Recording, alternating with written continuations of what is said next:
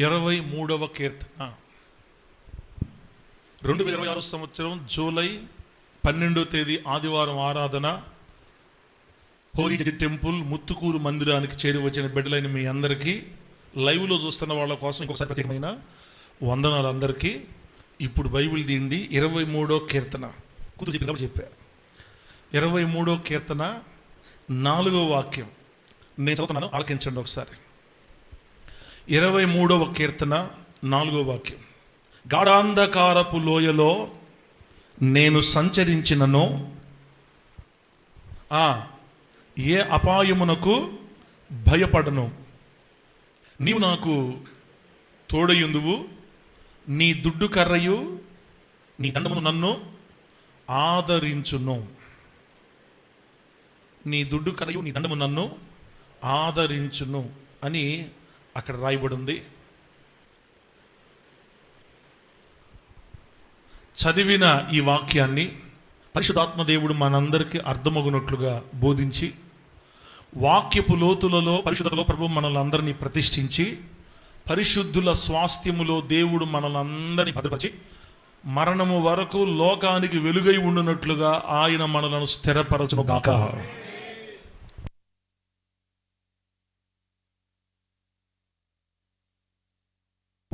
Praise the lord. Right, చాలు తల్లి.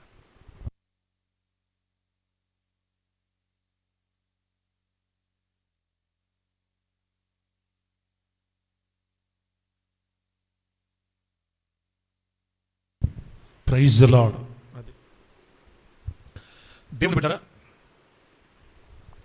చదవబడిన వాక్య భాగాన్ని మనం ఒకసారి ఆలోచన చేస్తే, దావీదు గారికి దేవుడు పాటలు రాసే వరం ఇచ్చాడు. ఆమేన్. ఏ వరం ఇచ్చాడు? పాటలు రాసే వరం. పాటలు రాయడమే కాదు, పాటలకి రాగం కూడా కట్టే వరం ఇచ్చాడు. పాటలు రాస్తాడు, రాగం కడతాడు. ఈ రెండు కాకుండా పాడే వరం కూడా ఇచ్చాడు దేవుడు. అంటే సింగర్ అని చెప్పాలన్నమాట. మామూలుగా ఇప్పుడు మన రోజుల్లో సింగర్, గాయకుడు అంటారు తెలుగులో. దావీదు గారికి దేవుడు ఆ వరం ఇచ్చాడు. ఆయన వందలాది పాటలు రాసి పాడాడు. కీర్తనలో ఉన్న చాలా కీర్తనలు అంటేనే పాటలు అని అర్థం. కీర్తనలు అంటేనే పాటలు అని అర్థం. దావీదు గారికి ఆ వరం ఇచ్చాడు దేవుడు. వరం ఇచ్చినప్పుడే మనం వాడబడాలా. వరం లేకపోతే దాని జోలికి రాకూడదు. ఆమేన్ అనండి. హల్లెలూయా. టైం వచ్చింది కాబట్టి ఒక మాట చెప్తా. ప్రార్థన చేసే వరం ఉన్నప్పుడే ప్రార్థన చేయాలా. ప్రార్థన చేసే వరం లేదనుకో దాని జోలికి పోకూడదు. పోయి అవమాన పాలవడం కంటే ఏముండదు అన్నమాట. పాటలు పాడే వరం ఉన్నప్పుడే పాటల జోలికి పోవాలా, లేకపోతే మైకి జోలికి రాకూడదు. వాక్యం చెప్పే వరం ఉంటేనే సేవలోకి రావాలా, లేకపోతే సేవ జోలికి పోకూడదు. అసలు సేవలోకి రాలేవులే. ఆయన పిలవకపోతే మొదటి రోజు తొలిగాలిగా ఎగిరిపోతాం అనుకో, అది వేరే సంగతి. అంటే నేను ఇప్పుడు మిమ్మల్ని ఎగతాళి చేయడానికి ఈ మాటలు చెప్పట్లమ్మా, తెలుసుకుంటారని. అందరికీ పాటల వరం దేవుడు ఇవ్వడు. అందరికీ ప్రార్థన వరం దేవుడు ఈడు. అందరికీ పాటలు రాసే వరం ఇవ్వడు. అందరికీ వాక్యం చెప్పే వరం ఇవ్వడు. మీకు విషయం తెలుసా? నువ్వు గనక ఒక వ్యక్తితో మాట్లాడితే 5 నిమిషాలు మాట్లాడితే చాలు, అసలు ఆ వ్యక్తి కూలిపోతాడు అన్నమాట. అదొక వరం. ఏం చెప్పానో తెలుగా హిందీయా? నీవు కనుక ఇంకొక వ్యక్తితో మాట్లాడితే, అనగా బాధలో ఉండే వ్యక్తితో మాట్లాడితే, నువ్వు స్త్రీవైనా పురుషుడివైనా, పక్కన వాళ్ళతో నువ్వు మాట్లాడవనుకో 5 నిమిషాల తర్వాత వాళ్ళకి ఏమైపోద్ది అంటే, అక్క నువ్వు మాట్లాడుతుంటే నా బాధ అంతా దిగిపోయినట్టుంది అక్క, నువ్వు మాట్లాడుతుంటే అసలు నాకు నెమ్మది వచ్చేస్తుంది అక్క.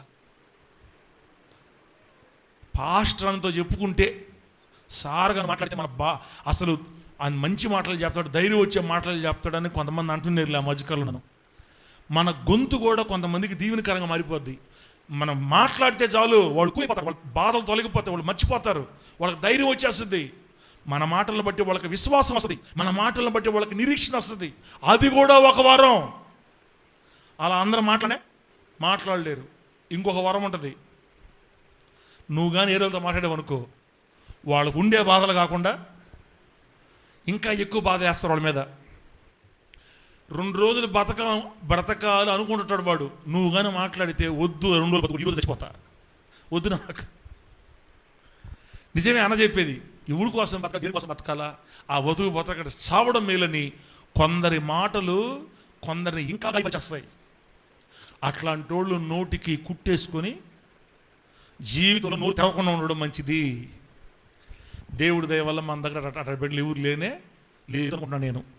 దేవుని నామానికి మహిమ కలుగును గాక. ఇదంతా ఎక్కడ వచ్చింది మనకి? ఇప్పుడు దావీదు గారికి వరం ఉంది, పాటలు పాడి పాటలు రాసి రాగం కట్టి పాడే వరం ఉంది.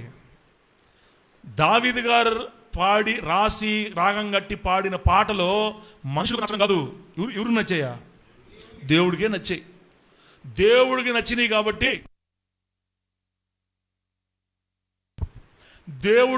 కాబట్టి ఆ భద్రంగా ఆ పాటలను దేవుడు బైబిల్లో రాయించాడు. దేవుడు స్తోత్రం కలుగును గాక.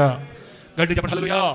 ఇశ్రాయేల్ పాస్టర్ చేత దేవుడు రాయించి పాడించిన పాటలు దేవుడికి ఇష్టం అనుకో, మనం చచ్చిపోయిన తర్వాత కూడా మన పాటలు భూమి మీద ఉండే ఏర్పాటు చేస్తాడు దేవుడు. ఆయన చేయలేదనుకో మనం ఫీల్ అవ్వకూడదు, నీ పాటలు భలే పాటలు లేరా అని ఆయన అనుకుంటాడు. ఇక మనం ఏం చేద్దాం? మామూలు పాటలు కాదు లేరా నీ పాటలు, చిన్న పాటలు కాదు. అవును భలే రాసేవారా నువ్వు, సిగ్గుమాలి లేదు ఆ పాట. ఏందని పోయిన వారం పాడిందన్న మనమా? సిగ్గుమాగిన వారు. ఇంకోటి ఏం పడతారు దాని తర్వాత? కఠిన హృదయులైన వారు నివసించే తరం ఇది. బ్రహ్మదండి చెట్ల వంటి మండల తొప్పల వంటి ప్రజలు నివసించే తరం ఇదని సేవకుని ఏర్పాటు చేసిన దానికే, సేవకుని ఏర్పాటు చేసిందే మండల తొప్పల వంటి వాళ్ళని బాగు చేయడానికి. హల్లెలూయా.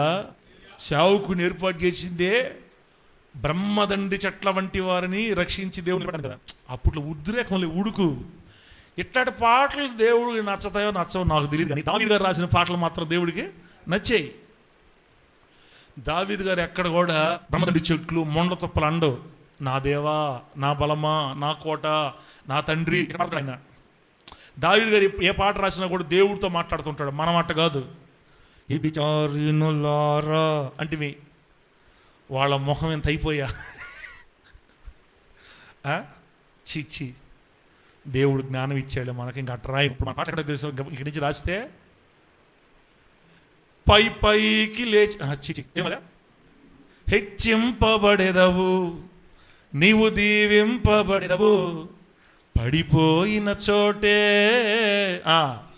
లేచి నిలిచెదవు. బా నా ప్రాణమా కలత చెందకే, నీ దుఃఖ దినములన్నీ ముగిన త్వరలో. నా స్పీడ్ కాదు, సౌండ్ తగ్గిదల. కొంచెం పెట్టి. నా ప్రాణమా కలత చెందకే, నీ దుఃఖ దినములన్నీ ముగిన త్వరలో. నిన్ను బాధించు ప్రతికూలతలే కనుమరుగవగా, నిన్ను వెంటాడే శత్రుకేకలు తెరమరుగవగా. నిన్ను బాధించు ప్రతికూలతలే కనుమరుగవగా, నిన్ను వెంటాడే శత్రుకేకలు తెరమరుగవగా. నీవు హెచ్చింపబడేదవు, నీవు దీవింపబడేదవు, పడిపోయిన చోటే లేచి నిలిచెదవు. నీవు హెచ్చింపబడేదవు, మారదా? ఇంక మారదా? నీవు దీవింపబడేదవు, పడిపోయిన చోటే లేచి నిలిచెదవు. నా ప్రాణమా కలత చెందకే, నీ దుఃఖ దినములన్నీ ముగిను త్వరలో. హల్లెలూయా. ప్రకాశం ఒకటేసారి పేక్ కోయకుండా నిదానంగా చెప్పు, సౌండ్ తగ్గిస్తా ఆపు. పాట పాడితే ఇట్లా కొంచెం హుషారు రావాలా, నిజమే అనిపించాలా, అట్లా కాదు. ఇవి చారినులారో ఈ లోక స్నేహములకు మొహం అయిపోయి అట్లా లేకుండా. నీ హేరు కట్టింగు సౌందర్య సాధనములు నిన్నెట్లు నడిపించుచున్నవి, అగ్నిగుండానికి పరిగెత్తుకొని పోతున్నావు, ఎందుకు ఈ తొందర అని పాడితే మన మాటలే మన మీద శాపంగా మారిపోతాయి. బిడ్డలారా, తప్పని చెప్పట్లేదు నేను, తప్పని చెప్పట్లేదు. ఆ వయసుకి, ఆ ఉద్రేకానికి, ఆ కొత్త దినాల సేవకు సరిపోయిందిలే. ఇప్పుడు అనుభవం వస్తుంది కదా, దేవుడు నేర్పిస్తున్నాడు కదా, ఇట్లా మారేమన్నమాట. కాబట్టి దావీదు గారు రాసిన పాటలు మాత్రం చాలా మంచి పాటలు. అందుకని ఆ పాటలను దేవుడు బైబిల్లో భద్రపరిచి పెట్టాడు. మనం చనిపోయిన తర్వాత మన పాటలు భూమి మీద ఉంటే దేవునికి మహిమ కలుగును గాక. ఏం ఉండబోలేదులే అంటే సరే ప్రభు నీకు స్తోత్రం పాట, మనకేం పెద్ద ఇబ్బంది ఏం లేదు. ఇప్పుడు 4వ వచనం చూడండి. ఆయన పాడతా ఏమని పాడాడంటే, గాఢాంధకారపు లోయలో నేను సంచరించిననో ఏ అపాయానికి నేను భయపడను. ఎందుకు భయపడను నేనంటే, ప్రభువా నీవు నాకు తోడుగా ఉన్నావు, నీవు నాకు తోడయ్యుందువు, నీ దుడ్డు కర్ర నీ దండం నన్ను ఆదరించును అని రాశాడు అనమాట. బిడ్డరా, ఇక్కడ అంశం పేరు చెప్తా, అప్పుడు ఈ విషయం అర్థమైపోద్ది. అంశం పేరు రాసుకోండి. అంశం పేరు ఈరోజు టైటిల్, సబ్జెక్ట్ టైటిల్ పేరు ఏం పేరంటే, ఆదరణ కలిగించే దేవుని దుడ్డు కర్ర దండం. ఆదరణ కలిగించే దేవుని దుడ్డు కర్ర దండం. నీ దుడ్డు కర్ర నీ దండం నన్ను ఆదరించును అని చెప్తాను దావీదు గారు. బిడ్డరా, ఈ 4వ వచనం ప్రారంభంలో దావీదు గారు ఏమంటారంటే, గాఢాంధకారపు లోయలో నేను సంచరించిన ఏ అపాయానికి నేను భయపడను అని. దీన్ని బట్టి క్రైస్తవులు, దేవుని బిడ్డలు ఒక్కొక్కసారి ఖచ్చితంగా గాఢాంధకారపు లోయల్లోకి వెళ్ళాల్సిందే. ఆమేన్, ఆమేన్. వెళ్ళాల్సిందే. ఎందుకు వెళతామో మనకు తెలియదు, ఎందుకు ప్రభు తీసుకెళ్తారో మనకు తెలియదు. ఆయన అనుమతిస్తాడు మనకి. గాఢాంధకారపు లోయ అంటే అంధకారం అంటే చీకటి అని అర్థం. గాఢాంధకారం అంటే చిమ్మ చీకటి. డైరెక్టర్ గారు, గాఢాంధకారం అంటే చిమ్మ చీకటి, కాకులు దూరని కారడివి అంటారు. ఆ తర్వాత చిమ్మ చీకటి, అసలు చీకట్లో ఒక రకమైన చీకట్లో మనుషులు కనపడతారు. చిమ్మ చీకటి ఎవరు కనపడరు, ఇంకా మనకి పక్కన ఉండేవాళ్ళు కూడా కనపడరు, అంత చీకటి. ఆ లోయ, అది కూడా లోయ. మళ్ళా లోయ అంటే ఎక్కడో లోతు కిందకి లోయ. ఆ లోయలో దారేటో మనకు తెలియదు, దారులు ఉండవు. అటువంటి భయంకరమైన లోయలో మళ్ళీ గాఢాంధకారం. ఈ గాఢాంధకారమైన లోయలో నేను నడచినను సంచరించినను ఏ అపాయానికి నేను భయపడను అన్నాడు.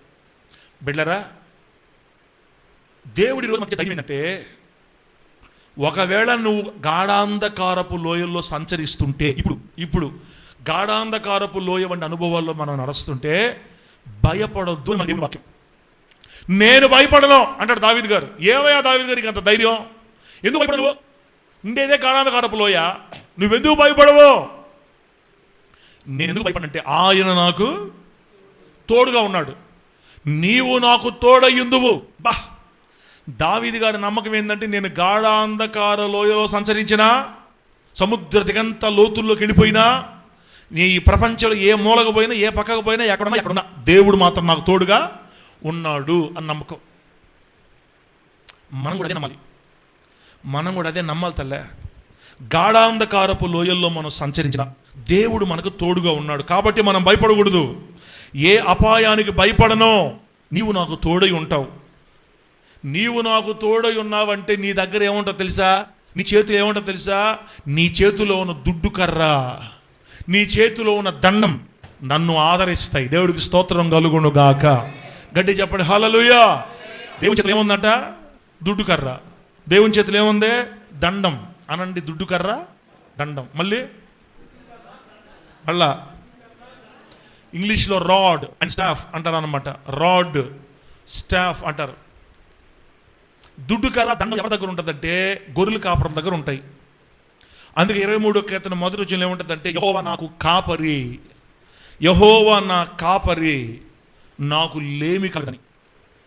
కాపర్ అన్న పదంలో ఇంగ్లీష్ బైబిల్లో షఫర్డ్ అని ఉంటుంది. The lord is my Shepherd. Shepherd అంటే గొర్రెల కాపర్ అని అర్థం. దేవుడు మనకు గొర్రెల కాపరి లాంటివాడు. సురేష్, దేవుడు మనకి గొర్రెల కాపరి లాంటివాడు. ఆయన గొర్రెల కాపరి లాంటివాడు అయినప్పుడు మనం ఆయనకి ఏమవుతాం? గొర్రెలవి. మనము ఆయన గొర్రెలవి. ఆయన మేపిడి గొర్రెల మన బైబిల్లో. మనం ఆయన గొర్రెలవి, ఆయన మన కాపరి.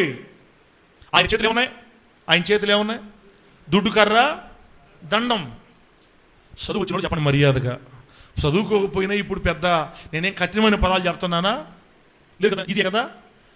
ఏముంటాయి కాపరి చేతులు ఏముంటాయి? గొర్రెల కాపరి చేతులు ఏముంటాయి? దుడ్డు కర్ర, దండం, ఈ రెండు ఉంటాయి. దేవుని చేతిలో కూడా దుడ్డు కర్ర, దండం ఉంది అనుకొని నువ్వు నా కాపరి కదా ప్రభువా, నీ చేతిలో ఉన్న దుడ్డు కర్ర, నీ చేతిలో ఉన్న దండాన్ని బట్టి నాకు ధైర్యం కలుగుతుంది. నేను భయపడను. నేను గాఢాంధకార లోయలో సంచరించినా కూడా నా కాపరి నీవు నాకు ఏమీ లేదు, నేను భయపడను, ఎందుకంటే నీ చేతిలో ఉన్న దుడ్డు కర్ర, దండం నన్ను ఆదరిస్తుంది అని విశ్వాసము కలిగి ఉన్నాడు దావీదు గారు. ఇదే పదాలు ఎత్తి పాటలో రాశాడు అనమాట. ఆ పాట ఏంటుంటే దేవుడికి ఎంత ఇష్టమో తెలుసా? డైరెక్టర్ గారు మన పాటలు ఎవరిని కనపరచాలా? దేవుడిని కనపరచాలా. మన పాటలు ఏంటంటే ఆయన సంతోషం కలగాల. అసమాన ధీరుడా అసాధ్యములన్నీయు ఏవైనా ఇన్నైనా ఎట్టుంది తినేదానికి? దేవుడికి బాగోల్లా? దేవుడు కనపరచలా? ఇట్లుండాలి పాటలు. ఇదిగో అనకూడదు మనం. అసలు మనుషుల జోలికే చేతులు చూపించే పాటలే పాడకూడదు. పోయిన వారం చెప్పుకున్నాం కదా. పోయిన వారం ఏం చెప్పాం? వాక్యం చెప్పండి ఇక్కడ. నిన్న రాత్రి కోరే మాకు జ్ఞాపకం లేదు. నువ్వు మళ్ళీ ఆదివారం వాక్యం దాకా పోయావు. నిన్న మధ్యాహ్నం, నిన్న రాత్రి కోరే మాకు జ్ఞాపకం లేదు. తీర్పు తీర్చకుడి, నేరము మోపకుడి, క్షమించుడి. తీర్పు తీర్చ చెప్పారా మన దేవుడా? అందుకని మన పాటల్లో కూడా మనం తీర్పు తీర్చకూడదు ఎప్పుడు కూడా. అర్థమైందా? దేవుని స్తుతించే పాటలు ఆయనకి చాలా సంతోషం. ఆ పల్లవ పాడదాం, పాడండి. అసమాన ధీరుడా, నిజం పెట్టేదలే, అసాధ్యములన్నీయు ఏవైనా. అది స్తోత్రం. పాడితే కరెక్ట్గా గట్టిగా పాడండి, లేకపోతే ఆపేయండి, నేను పాడతా. అసమాన ధీరుడా అసాధ్యములన్నీయు ఏవైనా ఎన్నైనా సాధ్యము చేయగలవు యేసయ్యా. ఎండిన భూమిలో నదులు పారవేసెదవు యేసయ్యా. సముద్రములోనైనా త్రోవ కలుగ చేసెదవు. దరిద్రులను మందవలే వృద్ధి చేసి దక్షిణ హస్తముతో ఆదుకొను వాడవు. దరిద్రులను మందవలే వృద్ధి చేసి దక్షిణ హస్తముతో ఆదుకొను వాడవు. ఆమేన్. నీకు అసాధ్యమైనది లేదు యేసయ్యా, నీకు సాధ్యము కానిది లేనే లేదయ్యా. 4 మైండ్ ఫాస్ట్ పెట్టాలా? నీకు అసాధ్యమైనది లేదు యేసయ్యా, నీకు సాధ్యము కానిది లేనే లేదయ్యా. అసమాన ధీరుడా అసాధ్యములన్నీయు ఏవైనా ఎన్నైనా సాధ్యము చేయగలవు. ఆమేన్. అసమాన ధీరుడా అసాధ్యములన్నీయు ఏవైనా ఎన్నైనా సాధ్యము చేయగలవు. హల్లెలూయా. ఒక తిరిగిట్టేసి ఆపొచ్చు కదా ప్రకాష్. ఇట్లా మన పాటలు అట్లా ఆయన స్తుతిస్తే ఆయనకి చాలా సంతోషం.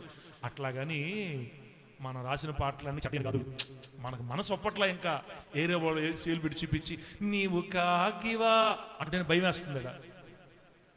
పావురా నీవా అంటుంటే అవసరం రానిక నీకు నీ సంగతి నువ్వు చూసుకున్నట్టుంది. ఆ పాట మాత్రం వదలకూడదు, ఎందుకంటే ప్రపంచం అంతా ఆ పాట ఇష్టపడతారు. ఈసారి చేస్తే ఆ పాట చేసేద్దాం. యేసునామములో ఆమేనండి. గట్టి చెప్పండి హల్లెలూయా. ఆ ఒక్క పాట వదిలేద్దాం, మిగతా పాటలు కట్ చేసి మార్చేద్దాం తర్వాత. ఇప్పుడు చూడండి, గాఢాంధకారపు లోయలో మనం సంచరిస్తున్నా మనము భయపడకూడదు, ఎందుకంటే మన దేవుడు మనకు తోడుగా ఉన్నాడు. ఆయన చేతిలో గొర్రెల కాపరైన ఆయన చేతిలో ఏమేమి ఉన్నాయి? దుడ్డు కర్ర, దండం ఉంది, వాటి వల్ల మనకు ఆదరణ కలది అని దావీదు గారు పాడారు. బిడ్డలారా, గాఢాంధకారపు లోయ అంటే కొన్ని విషయాలు చెప్తున్నాను చూడండి, రాసుకోండి. గాఢాంధకారపు లోయ అంటే అర్థం ఏంటంటే, సాదృశ్యం ఏంటంటే పాపపు జీవితాన్ని గాఢాంధకారపు లోయతో పోల్చుకోవచ్చు. పాప జీవితం, దేవుని మందిరంలో కొంతమంది పాపంలో పడిపోయి ఉంటారు, త్రాగుళ్ళలో ఉంటారు, జోదంలో ఉంటారు, మళ్ళీ మందిరంకి వస్తుంటారు. కొంతమంది అక్రమ సంబంధాల్లో ఉంటారు, అయినా మందిరికి వస్తుంటారు. కొంతమంది తింటారు, తాగుతారు, సినిమాల ప్రభావం ఉంటుంది, సినిమాల వీక్నెస్ ఉంటుంది. ఏదో ఒక భయంకరమైన చిన్న చిన్న బలహీనత ఇరుక్కుపోయి వాళ్ళు మందిరంకి వస్తూ ఉంటారు. పాప జీవితం కూడా గాఢాంధకారపు లోయ. తర్వాత శ్రమలు, వేదనలు కూడా గాఢాంధకారపు లోయ. నిందలు, అవమానాలు, రోదనలు, ఆక్రందనలు, చులకన చేయబడటం, అపహసింపబడటం, చేతగానితనం, ఒంటరితనం, అప్పులు, నిరాశ, నిస్పృహ, కృంగుబాటు, ఆత్మహత్యల తలంపులు, మరణ పడక అన్నీ కూడా గాఢాంధకారపు లోయకి సాదృశ్యం. ఇది చెప్పాను నేను, చాలా చెప్పేసా కనుకరాజు. పాప జీవితం, శ్రమలు, వేదనలు, నిందలు, అవమానాలు, రోదనలు, ఆక్రందనలు, చులకన చేయబడటం, అపహసింపబడటం, చేతగానితనం, ఒంటరితనం, అప్పులు, నిరాశ, నిస్పృహ, కృంగుబాటు, ఎందుకు ఈ బతుకని ఆత్మహత్య చేసుకుందామని తలంపులు, అనారోగ్యాల చేత మరణ పడకలో ఉండడం, ఇవన్నీ కూడా గాఢాంధకారపు లోయకి సాదృశ్యం. ఇది చెప్పుకుంటా పోతే ఇట్లా ఉంది, కానీ అనుభవించే వాళ్ళకి తెలుసు దాని నొప్పి. ఒకవేళ ఈ మందిరంలో కూర్చొని మాట్లాడిన బిడ్డల్లో ఎవరైనా ఒకవేళ గాఢాంధకారపు లోయకి సాదృశ్యమైన అనుభవాలు ఉంటే, లైవ్లో చూసేవాళ్ళు, వీడియోలో చూసేవాళ్ళు కానీ ప్రతి వ్యక్తి ఏదో ఒక బాధలో కూరుకుపోయి ఉంటారు. బిడ్డరా, ఈ గాఢాంధకారపు లోయ అనేది జీవితాంతం అంతా ఉండదు, కానీ అప్పుడప్పుడు మనం నడవాల్సి వస్తుంది. ప్రస్తుతానికి ఇక్కడ ఉన్న వాళ్ళు అందరూ ఉన్నారని నేను చెప్పట్లేదు, కొందరు ఉండొచ్చు, ఎవరూ లేకపోవచ్చు, కానీ భవిష్యత్తులో ఎప్పుడో ఒకసారి మరలా మనం ఈ లోయలో నడవాల్సి వస్తుంది. ఇది గాఢాంధకార లోయ.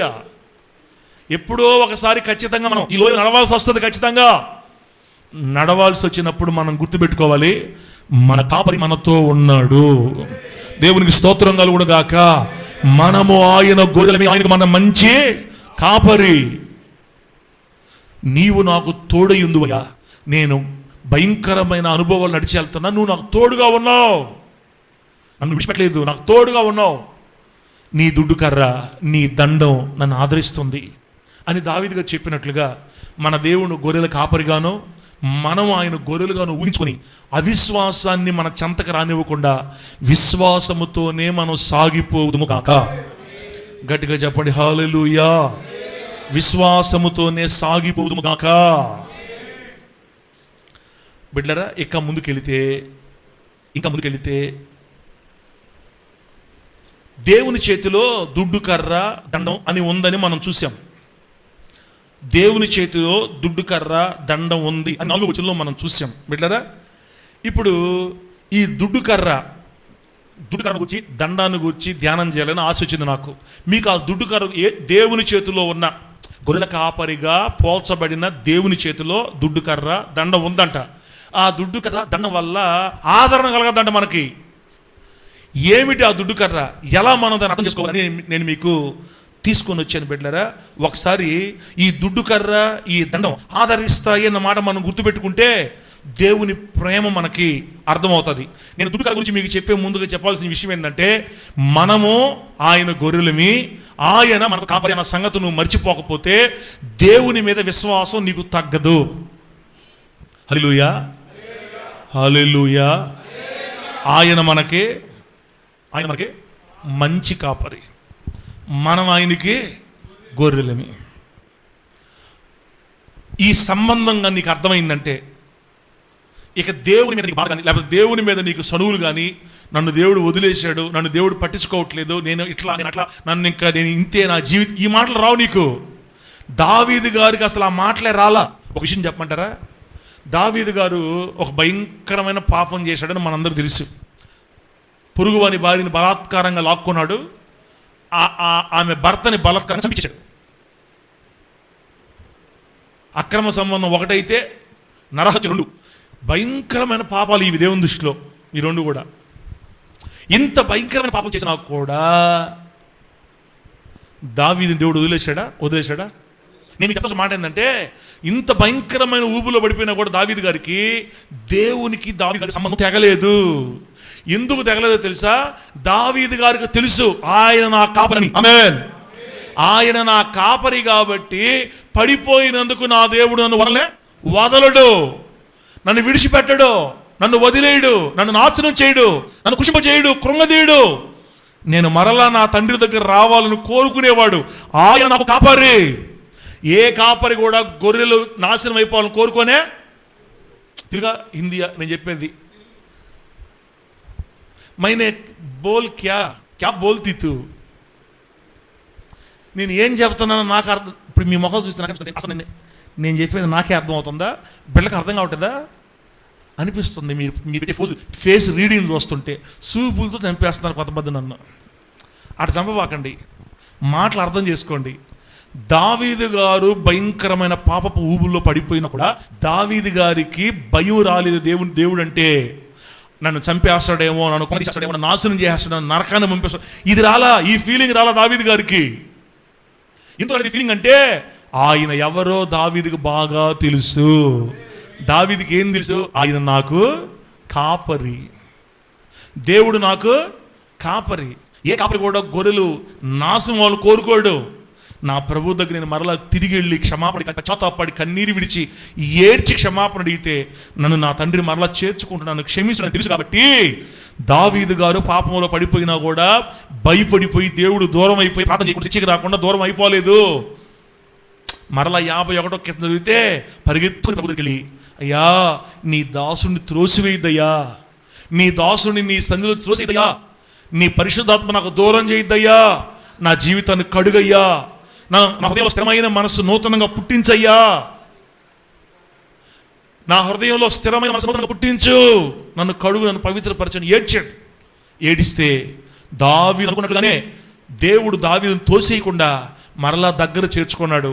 నేను మరలా చెప్తాను బిడ్డ, నువ్వు ఎంత చెడిపోయిన పరిస్థితిలో ఉన్నా దేవుడు నిన్ను దూరం చేసుకోడు. ఆమేన్. నీవు నేను ఎంత చెడ్డవాళ్ళమైనా మన దేవుడు మనల్ని దూరం చేసుకోడు. ఎందుకంటే మనం ఆయన గొర్రెలమి, లోకం నుంచి వేరు చేయబడ్డ వాళ్ళమి. తలే ఏసేపు నిన్ను లోకం నుంచి కోరుకున్నాడు దేవుడు, నిన్ను ప్రత్యేకించుకున్నాడు, నీ కోసం రక్తం కార్చాడు, నీ కోసం ప్రాణం పెట్టాడు, నీ కొరకు ప్రాణం పెట్టి నేను సంపాదించుకున్నాడు. 150 కోట్ల మందిలోంచి మనం వేరు చేయబడ్డాం. ఆయన వేరు చేసుకుని పిలుచుకుంది. చిన్న పాపం చేసి తప్పు చేస్తే ఎత్తుకెళ్ళి నేలకేసి బండకేసి కూడా చంపేయడానికి కాదు. అలాగని పాపం చేయమని దేవుడు చెప్పట్లా. బిడ్డ పడిపోయినా జారిపోయినా తప్పు చేసినా తిరిగి మరలా తన దగ్గర రావాలని కోరుకునే ప్రేమగల కాపరిని కలుగున్నాం మనం. దేవునికి స్తోత్రం కలుగును గాక. అందుకే ఏదైనా పొరపాట్లు జరిగినప్పుడు దేవుడు నన్ను శపించేస్తాడు, దేవుడు నన్ను కొడతాడు, దేవుడు గాయాలు చేస్తాడు, అయిపోయింది నాకు. మా సార్ చెప్తాడు డబల్ కోటింగు, నాకు ఫుల్ కోటింగ్ అనుకోకూడదు. మనం ఇక్కడి నుంచి తెలియక నేను కూడా డబల్ కోటింగ్ అన్నా. డబల్ కోటింగ్లే తలకాయలేదు అంతే. ఏం సార్ డబుల్ కోటింగ్ అని చెప్పింది నువ్వే, డబుల్ కోటింగ్ లేదు ఏమో తుస్సనేది నువ్వే, ఏం నమ్మాలి మేము? ఇప్పుడు ఇది నమ్ము. దేవుడు ప్రేమస్వరూపి, ఆయన మనకు కాపరి. ఇప్పుడు నేను చెప్పే మాట నిజమా అబద్ధమా మీకు తెలియాలంటే మిమ్మల్ని ఒక ప్రశ్న అడుగుతా. మీ పిల్లలు మీ ఏదో తప్పు చేస్తే మీరు కొడుతున్నారా? చచ్చిపోయేటట్టు సాగు దెబ్బ కొడతా తల్లే. సతీష్ ఇప్పుడు నీకు కొడుకు పుట్టాడు, కొడుకు కూతురు తెల్ల కొడుకే కదా, పేరు పెట్టావు, ఏం పేరు తల్లి? సన్నీ జాన్సనా అంటారా? హల్లెలూయా. సరేలే ఓకే, అంతవరకు కాదు, సన్నీ అనుకుందాం తల్లి. సన్నీ తల్లి నాకు గుర్తు రావట్లా, మళ్ళీ మాలో సన్నీ, సతీష్ కొడుకు సన్నీ. వాడు పెద్ద ఒకడు, ఓ 15 సంవత్సరాలప్పుడు ఏదో తులుపు పని చేసి రోడ్డును పోయేవాళ్ళు రాళ్ళతో కొట్టడం కొట్టి. సార్ ఏం సార్ వాడు ఇప్పుడున్నప్పుడే రాళ్ళతో కొట్టమని చెప్తున్నాను నువ్వా? మీకు అర్థమయ్యేదానికి. సతీష్ కొడుకు రోడ్డును పోయే మనిషిని రాయితో కొట్టాడు, బొక్కబడింది, రక్తం వచ్చింది, ఊరంతా ఇంటి మీదకి వచ్చాడు. అప్పుడు సతీష్ గడపార తీసుకొని నువ్వు బతకూడదు అంటాడా. సతీష్ వాళ్ళ ఆ సన్ని వాళ్ళ అమ్మ చైత్ర, స్టెల్లా ఇక కిరసనాలు తీసుకొని పోసేస్తాను నీ మీద అంటదే. అసలు తల్లి ఏం చేస్తుంది తెలుసా? కొడుకు తప్పు అయినా కూడా అవతలను ఎదిరిస్తుంది. నీ కొడుకు ఏమైనా మంచోడా? నీ కొడుకు ఏం చేశాడా? నా కొడుకుని అంటున్నావా? అందరూ వెళ్ళిపోయిన తర్వాత కొడుకుని దండించుకుంటారులే. సహజంగా తల్లి కానీ తండ్రి కానీ తన బిడ్డల మీద తప్పు మాపుతుంటే ఇతరులంతా ఒప్పుకోరు. ఎవరు లేనప్పుడు కొడతారు, ఎవరు లేనప్పుడు కొట్టుకుంటారు, చెప్పుకుంటారు. దారిని పోయేవాడికి బొక్క పెడితేనే తల్లిదండ్రులు కొట్టట్లా. ఇంకా ఎదిగి పెద్దాడు అనుకోండి, పెళ్ళయింది, భార్యను వదిలేసి ఇంకో మనిషి తిరుగుతున్నాడు. ఓకే, కాపురం కూలిపో కాపురం, ఈ మనిషి కోడలు ఏడుస్తా ఉంది, ఈ సంగతి తల్లిదండ్రులు తెలిసింది. అమ్మాయి కోడలా, నువ్వు పోయి కేసు పెట్టి వాడిని ఎత్తుకుపోయి జైలు వేసేయాలా అంటదా అత్త. అమ్మ కొడుకు మీద ఓర్చుకమ్మా, మారతాడులేమ్మా తల్లి అంటాడు. భూలోకంలో ఉన్న ప్రేమల కంటే తల్లి ప్రేమ చాలా గొప్పది. ఓర్చుకోమ్మా కోడలా, వచ్చేలేమ్మా, మారతాడులేమ్మా, ఏం చేద్దాంలేమ్మా అని కోడలు చెప్పుకుంటా ఉంటుంది. ఏనతనువా నువ్వే, మా ఆయన చేసింది, ఆయన అయిపోయిన కారణం నువ్వే అంటుంటుంది. ఇన్నన్నా కూడా తల్లి కొడుకునే వెనకేసుకొని వస్తుంటుంది. కొన్ని దగ్గర సభలకు పోతుంటాం కదా, 90 సంవత్సరాలు 80 సంవత్సరాలు ఉంటే వాళ్ళకి ముసలోళ్ళు కర్ర బొట్టేసుకొని వస్తారు. ప్రార్థన చేయను ఆయన అంట. ఏం ప్రార్థన చేయాలమ్మా, మా అబ్బాయి మారాలంటది. 90 సంవత్సరాలు కూడా. ఆయనకి 90 అయితే వాళ్ళ కొడుకు ఉంటాయి 60-70 ఉంటాయి. ఆయన ఆల్రెడీ కర్ర బొట్టేసి ఫుల్ కలిపి ఉంటాయి. ఆయన కొడుకు కోసం 70 సంవత్సరాల కొడుకు కోసం 90 సంవత్సరాలు అమ్మ ప్రార్థన చేయమని చెప్తుంది. చచ్చిపోయేదాకా తల్లికి బిడ్డల మీద ప్రేమ తగ్గదు. కొడుకులు ఎంత భయంకర కార్యక్రమం చేస్తున్నా కూడా మారాలని కోరుకుంటుంది. కడుపున కన్న పేగు బంధంలో ఉన్న తల్లే బిడ్డలు ఎన్ని పొరపాట్లు చేసినా మారాలని కోరుకుంటుంటే, రక్తం ఇచ్చి కొనుక్కున్న మన దేవుడు, ప్రాణం పెట్టి కొనుక్కున్న మన దేవుడు తల్లే, ఆయన ప్రాణం ఇచ్చుకున్న మనల్ని నాశనం చేయాలని ఎందుకు అనుకోడు. డబుల్ కోటింగు లేదు, త్రిపుల్ కోటింగు లేదు, సింగిల్ కోటింగు లేదు, ఏ కోటింగు లేదు. ఇక్కడ ఏ కోటింగు లేదు. చేసిన పాపం, చేసిన దోషం ఒకవేళ మరీ తీవ్రంగా చేస్తే కొలిచిన కొలత చొప్పున పాపమును బట్టి ఏదో 2 దెబ్బలు పడాల్సిందేమో, కానీ దేవుడైతే మనం నశించుకోవాలి కోరుకోడు. అందుకే పడిపోయినప్పుడు, జారిపోయినప్పుడు మనం దేవుణ్ణి చూసి భయపడిపోయి నన్ను నాశనం చేస్తాడు, నన్ను కొట్టేస్తాడు, నన్ను నాశనం చేస్తాడు, అమ్మో దేవుడు ఉగ్రత వచ్చేస్తుంది నా మీదకి, అలా భయపడకూడదు. ఎందుకంటే ఆయన మన మంచి కాపరి. ఆమె చెప్పండి, గట్టి చెప్పండి హల్లెలూయా. అలాగే ఇప్పటికే అర్థమైపోయింది. ఇంకా గొర్రెల కాపరి దగ్గరికి వెళితే, గొర్రెల కాపరి తన గొర్రెని కర్రతో కొట్టి చంపేసినట్టు చరిత్రలో చూపిస్తారా? ఏ కాపరైనా తన గొర్రెని దుడ్డుకర్ర అని చెప్పాను. దుడ్డుకర్ర ఎటువంటి తెలుసా? చేయి పట్టుకునే దగ్గర ఏమో సన్నగా ఉంటుంది, కిందకి ఇంచుమించుగా ఒక మూరన్నర లేకపోతే 2 మూరలు అనమాట. కర్ర కిందకి రాగ లావు అయిపోద్ది అనమాట. లావుగా ఉంటుంది, పైన సన్నగా ఉంటుంది. అది వాళ్ళతో పెట్టుకుంటారు. ఎందుకంటే గొర్రెల మీదకి ఏదైనా దొంగలు కానీ క్రూర మృగాలు కానీ వచ్చినప్పుడు వాటి చేతుల్లో నుంచి గొర్రెలను తప్పించడానికి, తనను తాను కాపాడుకోవడానికి దుడ్డుకర్ర మెయింటైన్ చేస్తారు. రాడ్ అంటారు ఇంగ్లీష్లో. రాడ్, మన రాడ్లు ఎట్లా ఉంటాయి, ఇనుప రాడ్ ఎట్లా ఉంటాయో అక్కడ కూడా పట్టుకునేందుకు సన్నగా ఉంటుంది, కిందకు వచ్చేలాగా లావు అయిపోద్ది. ఆ దుడ్డు కర్ర తీసుకొని గొర్రెలు బాది చంపే కాపరిని మీరు ఏడైనా చూసారా? తెలుగు అర్థమయ్యేవాళ్ళు, ఇంకా పరలోకం పోకుండా భూమి మీద బతుకుండేవాడు. హల్లెలూయా అనండి, గట్టి చెప్పండి హల్లెలూయా, హల్లెలూయా. గొర్రెల కాపరి, ఏ కాపరి కూడా మంచోడైతే, వాడు సొంత కాపరి అయితే తన గొర్రెల్ని ఎప్పుడు కూడా కొట్టడు. అసలు గొర్రెలు కొట్టించుకోవు. గొర్రెలు అంత అమాయక జీవులు ఇంకెక్కడ కూడా ఉండవు. ఎలుగుబంటి వచ్చినా నుంచి బయటికి పోదు, అనేది కదలదు. సింహం వచ్చినా ఆడే ఉంటుంది, కానీ పరిగెత్తి వెళదామే, ఒరే వచ్చేసాడే చంపేస్తాడే తీసుకెళ్ళిపోయేం తలకాయ ఉంచుకొని అలా చూస్తుంటుంది రాత్రి. దొంగలు వచ్చి ఎత్తేసి లారీలు వేస్తూ ఉంటే వేసుకోవాలి చూస్తుంటుంది. అందుకే బైబిల్ ఒక మంచి మాట రాయబడింది. ఏంద్రా, వదకు సిద్ధమైన గొర్రెపిల్ల వధించేవాడు కూడా ఉంది.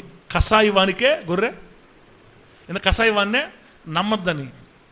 కత్తి తీసి నోరుతుంటే వాడు ముందు నిలబడి థ్యాంక్ యూ భలే నోరుతున్నావు వాడదంట. భలే నోరుతున్నావు, ఎక్సలెంట్ నోరుతున్నావు, నువ్వేమని చేసుకొని నీ దగ్గర నుంచి బయటికి పోనది. కసాయి వాడినే గొర్రె నమ్మినటని చూస్తారా? అమాయక జంతు. మనము దేవుని దృష్టి అమాయకులు వంటి వారు. మీ బిడ్డ గొర్రెలను పోలిన వారు మనం. మన కాపరి ఏ గొర్రెని కూర్చోపడం గుర్తుపెట్టుకోండి. అంత ప్రేమ మనం అంటే యేసయ్యకి. దయచేసి వినండి, దేవుడు ప్రేమ, దేవుడు ప్రేమ. అందరు చెప్పండి, దేవుడు ప్రేమాస్వరూపి. ఆ ప్రేమాస్వరూపి చేతిలో ఉన్న దుడ్డు కర్ర, ఆ ప్రేమాస్వరూపి చేతిలో ఉన్న దండం మనల్ని ఆదరిస్తాయి. దేవుడిని మీకు అనుకోవద్దు. ఇప్పుడు దాకా నా నోటితో చాలా సార్లు చెప్పా, మిమ్మల్ని అందరి నరకంలో 65లో నేనే చెప్పా. టెన్షన్ ఎందుకు మీకు, నేను చెప్తున్నా. అందరి నరకం 65 ఏంచినప్పుడు నీకు అర్థం అవుద్ది ఏంది ఏంచేది. ఇంకా ఏంచేది పాడు లేదు. నువ్వు యేసు ప్రభు దేవుడు అంగీకరించావంటే నీ స్టార్ తిరిగిపోయినట్టే యేసు నామములు, అంతే. హల్లెలూయా. పొరపాట్ల నుంచి బయటికి ఎట్ట లాక్కు రావాలో దేవుడికి బాగా తెలుసు. పంపించాల్సిన టైంలో పంపించి చెత్త రాగొట్టి మూతి పళ్ళు రాలగొట్టి కళ్ళు ముందుకి ఇప్పుడు వెనకపోయి పళ్ళు ముందుకి కళ్ళు వెనక్కి ఎండుకులు పైకి లేస్తాయి. దెబ్బకి ముందు చాలు అనిపిస్తుంది మనకి. నువ్వే చాలు అనిపిస్తాడు. ఆయన పిలుచుకున్నాడు కాబట్టి పోగొట్టుకోడు. పరిస్థితులు పంపిస్తాడు, సందర్భాలు పంపిస్తాడు, లైన్లో తెచ్చుకుంటాడు, తీసుకొచ్చుకొని పాదాల దగ్గర కూర్చోబెట్టుకుంటాడు. ఆయన మనల్ని చెదిరిపోనివ్వడు. దేవుడికి స్తోత్రం కలుగును గాక. ఆయనకి మనం అంటే కోపం లేనే లేదు. టీచర్ పిల్లవాడిని శిక్షించి లైన్లోకి తేవాలని ఎలా అనుకుంటాడో, తండ్రి బిడ్డని దండించి మందలించి అవసరం చిన్న దెబ్బలు కొట్టి తన బిడ్డను లైన్లో తెచ్చుకోవాలి ఎలా కోరుకుంటాడో, అప్పుడప్పుడు మితిమీరిపోయేటప్పుడు ఒకవేళ అలా నిమిషం మాత్రం కోపపడి దెబ్బలు కొట్టి తన దగ్గర లాక్కొని జీవితాంతం వాత్సల్యం చూపే తండ్రి వలె ప్రవర్తిస్తాడేమో కానీ మనల్ని కొట్టి చంపే అంత కక్ష, ద్వేషం, కోపం, అసూయ, నరకనిపించేంత ప్రేమహీనత ఎన్ని ప్రభువులో ఉండో. ఆయన ప్రేమ చెప్పాలంటే ఒకే మాట చెప్తా మీకు. జీవితం అంతా చెడిపోయిన బతికిన సిలువలో దొంగకి, జీవితం అంతా చెడిపోయిన బతికి లాస్ట్ మూమెంట్లో సావు దగ్గర ఉన్న కుడి పక్క దొంగకి చెప్తున్నాడు, నేడు నాతో కూడా నీవు నాతో కూడా పరదేశంలో ఉంటావు బిడ్డ. క్షమించమని అడిగితే దేవునికి చాలా సంతోషం బిడ్డ. చెప్తున్నాను, చేయడం విషయంలో ప్రభు అడగట్లా, చేసిందని ఒప్పుకోవాలి దేవుడి దగ్గర. ప్రభువా నీవు నీ రాజ్యంతో కూడా వచ్చినప్పుడు. సార్ సిలువలో దొంగ ఎక్కడ అడిగాడు క్షమాపణ? అడగలేదురా. అంటే మీకు ఎలా చెప్పాలి తెలుసా? దొంగతో అవతల పక్క దొంగతో మాట్లాడుతున్నాడు చూడండి, రెండో పక్క ఒకటి. మనకు పడిన ఈ శిక్ష మనకు తగింది. ఎందుకంటే మనము దొంగలవి, దోపిడీదారులవి, ప్రభుత్వం మీద ఎదురు తిరిగాం. ఈ శిక్ష మనకు సరిపోయింది. కానీ ఈ శిక్ష ఆయనకి సరిపోయింది కాదు. ఆయన నీతిమంతుడురా. అమే గడిచెప్పు హల్లెలూయా. అక్కడే అయిపోయింది పశ్చాత్తాపం. ఇంకా ఆయన నీతిమంతుడు, ఆయనకి ఈ శిక్ష సరిపోయింది కాదు. ఆయన ఏ నేరం చేయలేదు, మంచోడు రా అంటున్నాడు. ఒకటే మాట అయిపోయింది. ఇంకా ఆ ఒక్క మాటకే ఆ మాట చెప్పి కొంచెం ముందు పిలుచుకొని, ప్రభువా నీవు నీ రాజ్యంతో కూడా మరలా వచ్చినప్పుడు నన్ను జ్ఞాపకం చేసుకో. అయిపోయింది. ఒక్క నిమిషం చేసిన ప్రార్థన జీవితం అంతా చేసిన పాపాన్ని కొట్టిపడేసిందంతే. అంత ప్రేమతల యేసయ్యకి నేను ఎంత ఎక్కువగా దేవుని ప్రేమ చెప్తున్నా కూడా మీరు నీరసంగా ఉన్నారు. ఎట్లా చేయాలి? ఏం చేయాలి? మిమ్మల్ని మీ అందరికీ ఐస్ క్రీమ్లు తీసేయాలి. ఇప్పుడు ఐస్ క్రీమ్లు తిని ఇంకా చాలా నిద్రపోవచ్చానే. నా మాట తల్లి చెప్పండి. రాబోయే ఐస్ క్రీమ్ కూడా పెడదాం వాళ్ళు మన చర్చిలో. అప్పుడు ఇంకా వాకి వీగినట్టు ఉండరు. పిల్లకాయలు పోయి తీసుకుంటా ఉంటాం. ఇంకా సురేష్కి అదే బిజినెస్ అయిపోద్ది. బాగా మీరు రండి, మీరు ఐస్ క్రీమ్ తినండి పోయి. చూసారా? రాబోయే రోజుల్లో జ్యూసులు, ఐస్ క్రీమ్లు కూడా పెట్టే మిషన్లు మన సంఘంలో దేవుడు ఇచ్చును గాక. అది చెప్పినట్టుగా ఎండాకాలం వస్తే మన బిడ్డలకు పంట పండిపోవాలా. ఫ్రీ కాదులే, ఉచితము కాదు, దేవుడు ఇస్తాడు.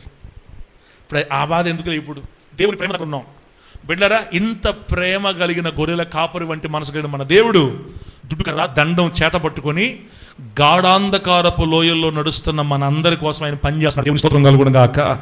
ఆయన మనతో ఉన్నాడు, మనలో ఉన్నాడు, మన కొరకు ఉన్నాడు. ఆ గాఢాంధకారపు లోయల్లో మన మీదకి వచ్చే శత్రువుల్ని దుడ్డు కర్రతో కొడితే సిక్స్లో పడతారు పోయి. ఎవరా? మన మీదకి వచ్చే శత్రువులు. సిక్స్లే. ఆ అప్పులు వచ్చినాయి అనుకో, పట్టుకుని కొడతాడు 6. శత్రువు వచ్చిన చంపేస్తా 6. సింహం పూలు వచ్చిన మనకి గాఢాంధకారపు లోయలో 6లే. మనం కొట్టబల్లే. అవును, కానీ గాఢాంధకారపు లోయలో మనం నడుస్తున్నాము. మనం ఏమన్నా పని చేయాలా? మనం సైలెంట్గా పోతుండాలి. చెప్పండి ఆ వాక్య ప్రకారం. ఆ వాక్య ప్రకారం మనం ఏమైనా చేయాలా? తల కింద కొంచెం కాళ్ళు పైకి తపస్సు ఏమని రాశాడు దేవుడు అక్కడ. నువ్వు వెళ్తా ఉండు సైలెంట్గా, నువ్వు సంచరిస్తా ఉండు, నువ్వు పోతా ఉండు, నువ్వు నడుస్తా ఉండు. నీతో ఎవరున్నారు? దావీదు చెప్తారు, నీవు నాకు తోడుగా ఉన్నావు. నేను సైలెంట్గా వెళ్ళిపోతుంటా. ఆ పక్కేం వచ్చినా, ఈ పక్కేం వచ్చినా, వెనకేం వచ్చినా, ముందే వచ్చినా 6 కొట్టే దేవుడు నువ్వు నాకు ఉన్నావు. అదే కీర్తనలు అక్కడే ముందు ఆ కీర్తనలు ఏముంటుందంటే 120 దగ్గర పోతే 91 అనుకుంటా కదా, పగటి వేళ ఎగురు బాణములకైనా, మధ్యాహ్నం ముందు పాడు చేసే రోగానికైనా, చీకట్లో సంచరించు తెగులుకైనా నీవు భయపడవని రాయబడింది అక్కడ. మన మీదకి బాణాలు వచ్చినా, తెగుళ్ళు వచ్చినా, ఆ చీకట్లో మన మీదకి ఏ బాణాలు వచ్చినా సైలెంట్గా హ్యాపీగా పాటలు పాడుకుంటూ వెళ్ళిపోవటమే. ఇక నీకు చుట్టూ పెడతాడు. ఇంకా అసలు మీకు దేవుని ప్రేమ అర్థం కావట్లేదా? కొంతమంది ఏం చెప్తారంటే ప్రార్థన చేయకపోతే శక్తి వచ్చి కొట్టేస్తారు, మనం గట్టిగా ప్రార్థన చేసుకోవాలా, ప్రార్థన లేకపోయలే కదా మీకు ఈ బాధలు అని మనం నమ్మేం కాబట్టి మనకు దెబ్బలు తగిలి. ఇప్పుడు నేను మీకు చెప్పేది ఏంటంటే, అంటే నేను ప్రార్థన చేయటం కాబట్టి, ఎక్కువగా ప్రార్థన లేదు కాబట్టి నాకు ఈ శిక్షలో అన్నావు అనుకో, వచ్చేస్తా. నీకు చెప్తున్నా, నువ్వు అట్ట ఉండకూడదు. నేను ఆరాధించే దేవుడు నా చుట్టూ ఐరన్ డోమ్ పెట్టున్నాడు అనుకోవాలి మనం. ఏ డోమ్ అన్నా బంధమన్నా? ఏ డోము? ఐరన్ డోమ్ అంటే ఇజ్రాయేల్ ప్రస్తుతం ఇజ్రాయేల్ కంట్రీలో ఈ ఐరన్ డోమ్ సిస్టమ్ పనిచేస్తుంది. ఈ దేశం 4 మూలలు పెట్టుంటారు వీటిని. అవి ఎందుకు ఉపయోగిస్తారంటే, శత్రు దేశాల వాళ్ళు ఈ దేశం మీదకి బాంబులు పంపించినప్పుడు ఆ బాంబులు వచ్చి ఈ దేశం మీద పడకుండా మార్గ మధ్యంలో ఉన్నప్పుడే పైనే పేల్చేస్తాయి, అంతే. అర్థమేనండి? ఇతర దేశాలు ఏమేస్తారు మన మీద? బాంబులు వేస్తారు. ఆ బాంబులు వచ్చి మన దేశం మీద పడ్డాయి అనుకో, 2 రోజుల కల్లా సమాధి పాట అంతా దేశం అంతా. అందుకని ఇజ్రాయెల్కి దేవుడు ఏ జ్ఞానం ఇచ్చాడంటే, వాళ్ళ బాంబులు వచ్చి మన దేశం మీద పడకముందే గాలులు పెంచేస్తాయి. దాన్ని ఐరన్ డోమ్, డేవిడ్ స్లింగ్ అంటారు అనమాట. ఐరన్ డోమ్ అంటే రక్షణ కవచంలాగా పనిచేస్తుంది దేశం అంతా చుట్టూ. సేమ్ అదే వ్యవస్థ దేవుడు తన ప్రజలకి పెట్టుంటాడు. Amen, amen. నువ్వు నిద్రపోతున్న కథ ఉండయి, నువ్వు గమ్మగా పడుకో ఉండు. అవి వచ్చి శత్రులు వేసారా గాలులు వెళ్ళిపోతుంటాయి. నమ్మాలా? అయితే మనం దీన్ని నమ్మాలా? సార్ ఇట్లా చెప్పకండి సార్, మీరు ఇట్టగాని చెప్పారంటే ప్రార్థన కూడా చేయరు ఎవరు. నేను ప్రార్థన చేయొద్దని చెప్పట్లా, నేను చెప్పి ప్రార్థన చేయదనే చేయబాకండి ఇక్కడ నుంచి ఎవరు అన్నానమ్మా. కరుణక ఎందుకు కరుణక అర్థం చేసుకుంటున్నాను. మీరు చేయలేకపోయినా కొంతమంది దాని గురించి అడుస్తూ ఉంటారు. నేను చెప్తానమ్మా, ప్రార్థన చేయటం కూడా ఒక వరం. ఆమేన్, ఆమేన్. వరం కానీ లేకపోతే 10 నిమిషాల తర్వాత నీకు ముళ్ళ మీద కూర్చుంటుంటుంది. అనుభవం చెప్తున్నా నేను. ప్రార్థన వరం కనుక నీకు లేకపోతే 10 నిమిషాల తర్వాత ముళ్ళ మీద కూర్చుంటుంటుంది. మళ్ళా బైబిల్ చదవ, మనం గంటలో పోరు చదవగలుగుతావు. నీకు బైబిల్ చదివే వరం. ప్రార్థనలో కూర్చుంటే ఒక 15 నిమిషాలకు అన్నట్టు ఉంటుంది. ఇంక మనం ఏం చేద్దాం దానికి? అయ్యో కూర్చో అంటే ముళ్ళు మీద కూర్చున్నటువంటి ఏడ కూర్చుంటావు ఇంకా. అందుకే దేవుడు ఎక్కడ కూడా బైబిల్లో ప్రార్థన కానీ చేయకపోతే మీకు అన్ని దరిద్రాలు వచ్చేస్తాయని బైబిల్ ఏడ రాపినే. అదే సార్ బైబిల్ ఏముంది? శోధనలో మీరు ప్రవేశింపకుండానట్లు మెలకువ కలిగి ప్రార్థన చేయండి అని యేసు ప్రభు వారు చెప్పలేదా? అదొకటి పట్టుకొస్తారు లింగులింగమని. అప్పటికి పరిశుద్ధాత్మ తరం ఇంకా స్టార్ట్ కాలేదులే. అప్పటికి పెంతెకొస్తు పండుగ పరిశుద్ధ దేవుడు దిగిరాలా, పరిశుద్ధ ఇంకా ప్రజలు రాలేదు కాబట్టి అటు అన్నాడులే. అమ్మా చేసేవాళ్ళు చేయండి అమ్మా, మళ్ళీ నా మాటలు మళ్ళీ మీరు వెనకపోతారమ్మా. నేను మీ భక్తిని తీయడానికి రాలేదమ్మా, మీ భక్తిని తగ్గించడానికి రాలా. నేను ఎందుకు ఇంత ఓపెన్గా చెప్తున్నానంటే, ఏడ్చేవాళ్ళు ఎక్కువైపోయారు క్రైస్తవుల్లో, దిగులు పడే వాళ్ళు ఎక్కువైపోయారు, కృంగిపోయిన వాళ్ళు ఎక్కువైపోయారు. ప్రార్థన లేదు, బగ్గి లేదు, నాకు చేస్తాడు దేవుడా. కరెక్ట్గా లేని నేను నాకు చేస్తాడు దేవుడా. నా మొఖం, నా దరిద్రం అని మాట్లాడుతూ ఉండే వాళ్ళు ఎక్కువైపోయారు. ఇట్టాట వాళ్ళందరికీ చెయ్యిచ్చి లేపడానికి దేవుడు నన్ను వాడుకుంటున్నాడు. దేవుడు స్తోత్రం కలుగును గాక. గట్టి చెప్పండి హల్లెలూయా. నువ్వు నిద్రపోతా ఉండు, నీ మీదకి వచ్చే శత్రువులు గాల్లోనే పేల్చేస్తున్నాం అంతే.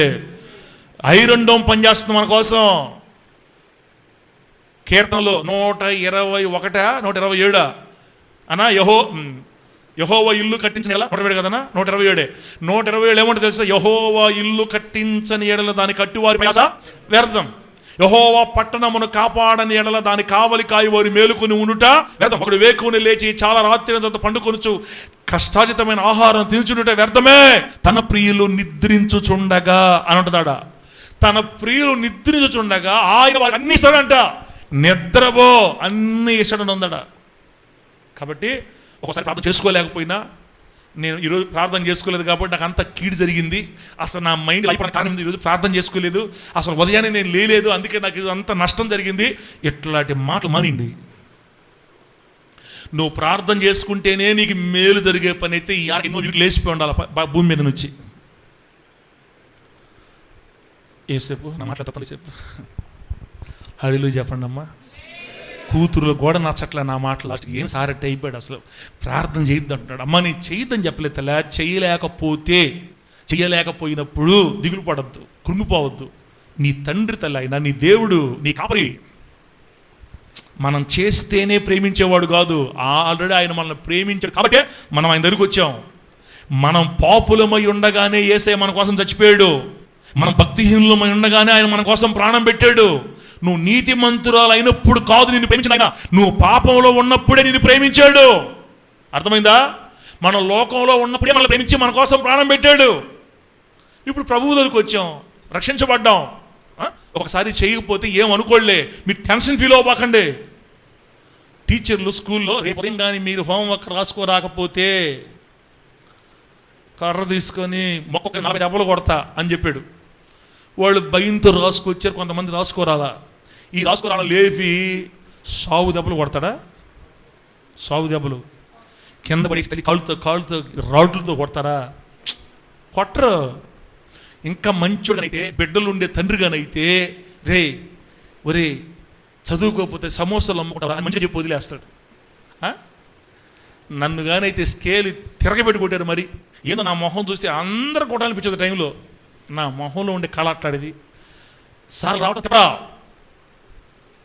ఇష్ట కొడితే ఏమవుద్దని ఇష్ట తిప్పించేవాళ్ళు, మళ్ళీ స్కేల్ తిప్పి కొట్టేవాళ్ళు. పొలా అనేది అమ్మా అని ఏడ్చేవాడు. అంతేగా నన్నది సౌ దెబ్బలు కొట్ల. అందరూ వచ్చి నన్ను కొట్టారు. ఇప్పుడు నా చేతికి మైకి ఇచ్చాడు దేవుడు. చెప్పండి గట్టిగా, గట్టి చెప్పు హల్లెలూయా. అల్లూరులో ఉండే మా సార్లు అందరూ ఫేస్బుక్లో నన్ను చూస్తారు. మావాడు మా క్లాస్మేట్, మా ఫ్రెండ్, సూపర్. అల్లూరులో గోడల మీద అంతా ఫోటోలు ఇస్తే ఒకసారి 3 సార్లు ఫోన్ చేశారు నాకు. రమేష్ ఏం ఊరంతా ఆక్రమించేసేవేంది నువ్వు? మీరు కొట్టారు కదా సార్ నన్ను ఇక్కడ, అందుకనే సార్ ఒరే ఒకసారి రారా మాట్లాడాలి కాలేజీ నీతోటే. పోయా ఒకసారి సభలు జరుగుతుంటే పోతే అందరూ ఒక దగ్గర కూర్చో ఉండే సార్లు అంతా చేతులు కట్టుకోవాలి కదా, మళ్ళీ కట్టుకోపోతే అదొక బాధ. చేతులు దీవయ్యా సాలు కానీ అని వాళ్ళే అన్నారు. మళ్ళీ చేతులు దించా. ఇప్పుడు తమరు స్పీకర్ అయిపోయి స్టేజ్ల మీద మాట్లాడుతుంటే మా దగ్గర ఓవర్ యాక్షన్. అసలు అప్పుడు క్లాసులో ఉన్నప్పుడు గడగడ భయపడిపోయేవాడివి నువ్వు. ఏమైనా చెప్పమంటే భయపడిపోయేవాడివి. ఇంతమంది మైకులు పట్టుకొని ఎట్లా చెప్తారా నువ్వు? ఎక్కడ నేర్చుకున్నావు? ఎక్కడ చేసావు? చేసానులే సార్ అని చెప్పే వాళ్ళకి. మన ఒకసారి ఉండి నేను నెల్లూరు ఆ బస్టాండ్ దగ్గర ఒక వాక్యం చూసా. ఆ వాక్యం ఏంటంటే విజయమందు మరణము మింగివేయబడిను అనే వాక్యం చూసా. అదేంటిరా దానికి అర్థమా అడిగాడు నన్ను. అప్పుడు అర్థం ఉంటుంది కదా. ఖచ్చితంగా చెప్తాను సార్ నీకు, యేసు ప్రభువు సమాధిలో లేచారు సార్, ఆ మరణం జయించారు సార్, అందుకని దాన్ని అటు అన్నాడు సార్ అన్న. ఆయనకి ఏం అర్థం కాలే. సరేలే పో అన్నాడు. చూసారా, కుట్టిన వాళ్ళందరూ పిలిచి గౌరవించారు. మళ్ళీ దేవునికి స్తోత్రం కలుగును గాక. గట్టి చెప్పండి హల్లెలూయా. బిడ్డలారా, ఆయన మన తండ్రి. నశింపచలు కొడుకునేవాడు కాదు, ప్రార్థన చేస్తేనే దీవించేవాడు కాదు, ఉపవాసాలు ఉంటేనే దీవించేవాడు కాదు. బిడ్డలారా, ఉండలేకపోయినా, ఒకవేళ జారిపోయినా, బలహీనపడినా, ఒకవేళ ఒకసారి ప్రార్థన చేసుకోలే, ఖచ్చితంగా ప్రార్థన చేసుకోవాలి. ప్రతి ఉదయాన్ని ప్రార్థన చేస్తే అది క్షేమం, నెమ్మది, ఆదరణ, సంతోషం.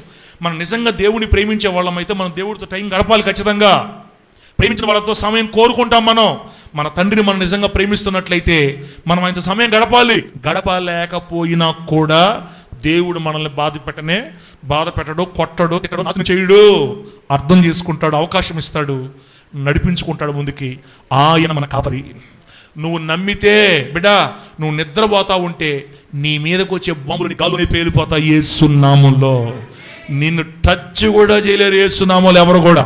ఆ నమ్మకం ఉండాలి మనకి.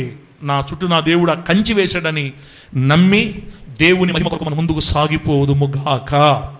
గట్టిగా చెప్పండి హల్లెలూయా. ఎంత అయిందమ్మా? ఎంత ఏమైందమ్మా?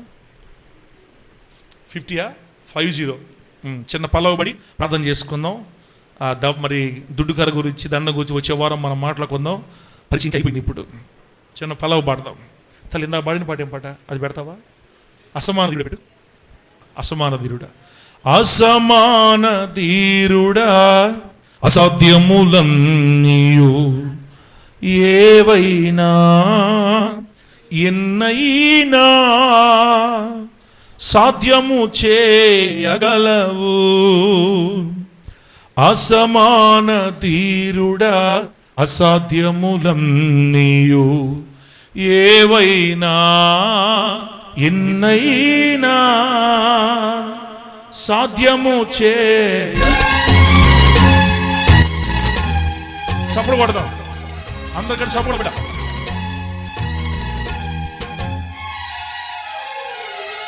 అసమాన ధీరుడా, అసాధ్యములన్నీయు ఏవైనా ఎన్నైనా సాధ్యము చేయగలవు.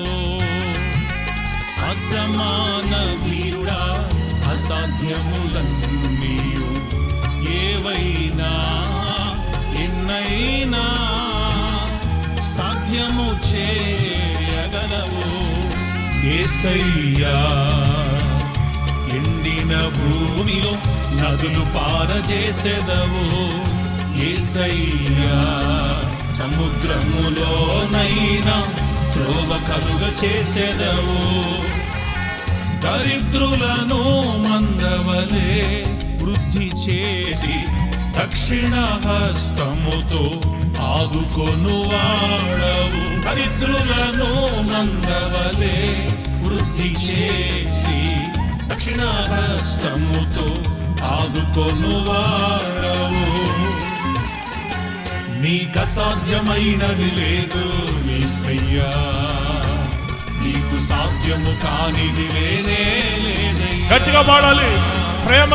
అసాధ్యమైనది లేదు యేసయ్యా, నీకు సాధ్యము కానిది లేనే లేదయ్యా. అసమాన ధీరుడా, అసాధ్యములన్నీయు ఏవైనా ఎన్నైనా సాధ్యము చేయగలవు. వచ్చిన పాడదాం. ఆయన మనకు కాపరి, మనము ఆయన గొర్రెలమి. బిడ్డ, నువ్వు నశించడం దేవునికి ఇష్టం లేదు. ఆయన రక్తములో కడగబడిన నువ్వు గొర్రె వలె దీవెనకరంగా ఉండాలి. నిన్ను కాపాడడానికి నిత్యము నీకు దుడ్డుకర అందుబాటులో ఉంది. ఆయన చేతిలో దండం ఉంది, అది మనల్ని ఆదరిస్తూ కాపాడతాయి. ధైర్యంగా ఉండి బిడ్డ, విశ్వాసంలో ఉండాలి. నువ్వు మనలో పొరపాట్లు ఉన్నా కూడా విశ్వాసంతో ఉండాలా. నీ పొరపాట్లను బట్టే నిన్ను దేవుడు వదిలేయడం, పట్టుకోవడం ఉండే మనకే. ఒక్కరు కూడా దేవుడు పట్టుకోడు. కల్వరి సిలువ ప్రేమ పట్టుకో ఉన్నాడు.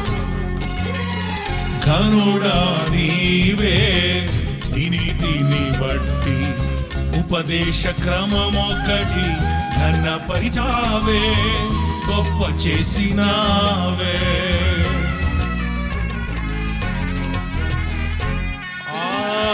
ఘనుడా నీవే, నీ నీతిని బట్టి ఉపదేశ క్రమమొకటి ఘనపరిచావే, గొప్ప చేసినావే. రాళ్ళ వంటి మనస్సులే ఉపదేశ సారముతో నింపబడుచుండగా, రాళ్ళ వంటి మనసులే ఉపదేశ సారముతో నింపబడుచుండగా, ఉజ్జీవముతో నింపితివి, అరుదైన ముత్యాలుగా మార్చుకుంటివి. ఉజ్జీవముతో నింపితివి, బహు అరుదైన ముత్యాలుగా మార్చుకుంటివి.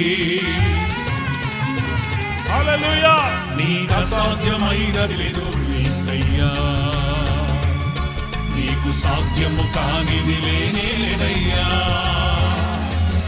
నీకు అసాధ్యమైనది లేదు యేసయ్యా, నీకు సాధ్యము కానిది లేనే లేదయ్యా. అసమాన ధీరుడా, అసాధ్యములన్నీయు ఏవైనా నిన్నైనా సాధ్యము చేయగలవు. హల్లెలూయా, హల్లెలూయా. 5 నిమిషాలు ఆపేస్తా బిడ్డ, 5 నిమిషాల్లో. అంశం పేరు చెప్పండి ఒకసారి. ఆదరణ కలిగించే దేవుని దుడ్డు కర్ర దండం. ఇప్పుడు దుడ్డు కర్ర కదా, దుడ్డు కర్ర మళ్ళీ రేపు వారం దాకా ఎందుకు, జస్ట్ గుర్తు చేసి ఆపేస్తా బిడ్డ. దుడ్డు కర్ర అంటే మీకు చెప్పాను నేను, గొర్రెల కాపరి దుడ్డు కర్రని ఒక బలమైన గట్టి కర్రగా తయారు చేసుకుంటాడు. టీవీ ఉంటే మీకు చూపించేవాడిని బిడ్డలు. ఒక 2 మూరల పొడవు ఉంటుంది, చేతితో పట్టుకొని ఒక జంతువుని కానీ ఒక మనిషిని కానీ కొట్టేదానికి అనువుగా ఇంత పొడుగు ఉంటుంది, కింద వచ్చి లావుగా వచ్చేస్తుంది, పైన మాత్రం సన్నగా ఉంటుంది. ఆ దుడ్డు కర్ర తనతో పెట్టుకుంటాడు ఎప్పుడు. తర్వాత దండం. దండం అంటే వంకి కర్ర, పొడుగ్గా ఉంటుంది, పైన మాత్రం ఎట్లా ఉంటుందా వంకి. అర్థమైంది వంకి అంటే?